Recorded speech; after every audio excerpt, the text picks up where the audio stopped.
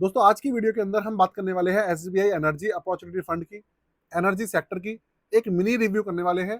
Video 4 से लेकर 4.5 minute की रहने वाली है, इसलिए स्किप मत कीजिएगा और एंड तक बने रहिएगा।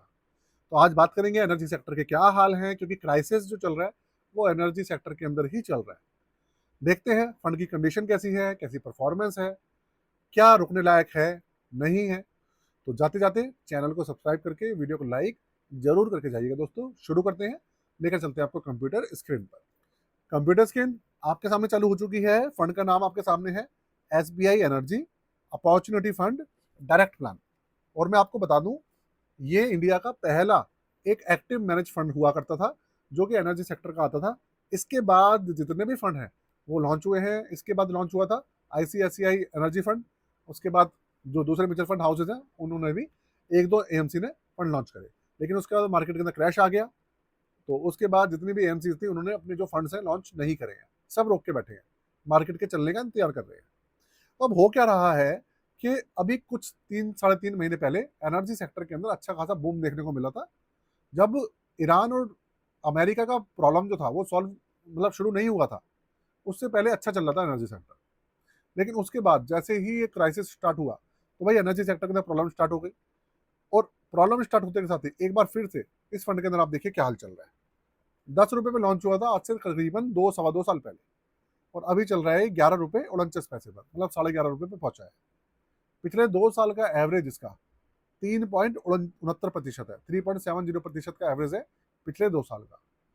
अब इसके जो रिटर्न्स हैं उसके ऊपर एक नजर डालते हैं कि रिटर्न्स कैसे निकल कर आ रहे हैं। रिटर्न्स क्या निकल के आए हैं, गिरावट ही हो रही है।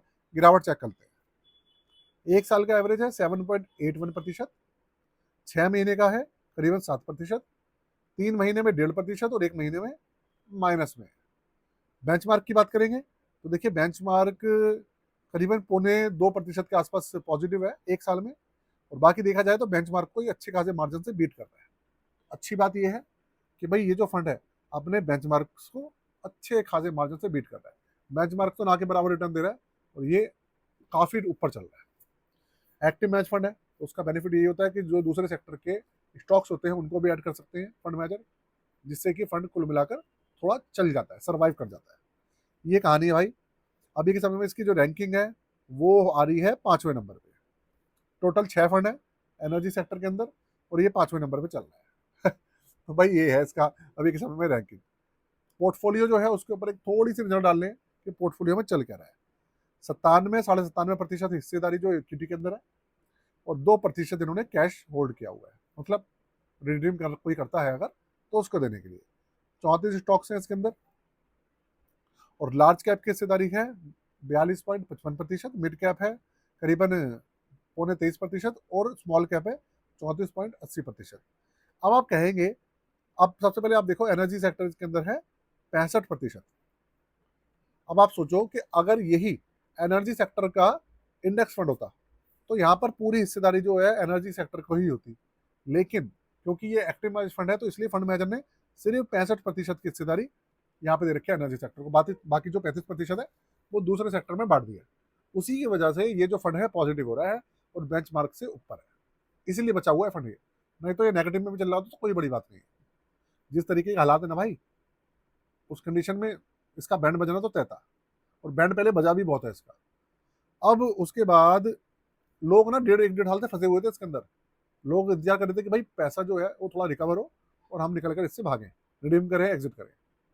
ऐसा था।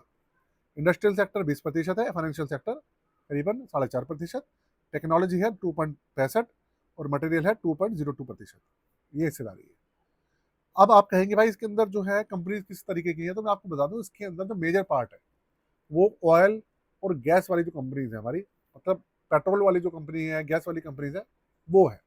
जैसे आपके सामने ओएनजीसी है, रिलायंस इंडस्ट्री है ना, गेल इंडिया है, गुजरात स्टेट पेट्रोनेट है, Kalpataru project, Thermax, NTPC, Torrent power, ये सब कंपनियां इसमें पावर सेक्टर की, एनर्जी सेक्टर की, ऑयल एंड गैस सेक्टर की, वो सारी कंपनीज है भाई इसके अंदर।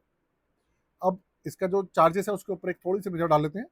और 26 फरवरी 2024 को लॉन्च हुआ था, 2.25 साल उसको हो चुके हैं। और 0.79% इसका एक्सपेंसेस रेशियो है, थोड़ा सा ज़्यादा है। पहले कम था अब ज़्यादा हो गया है।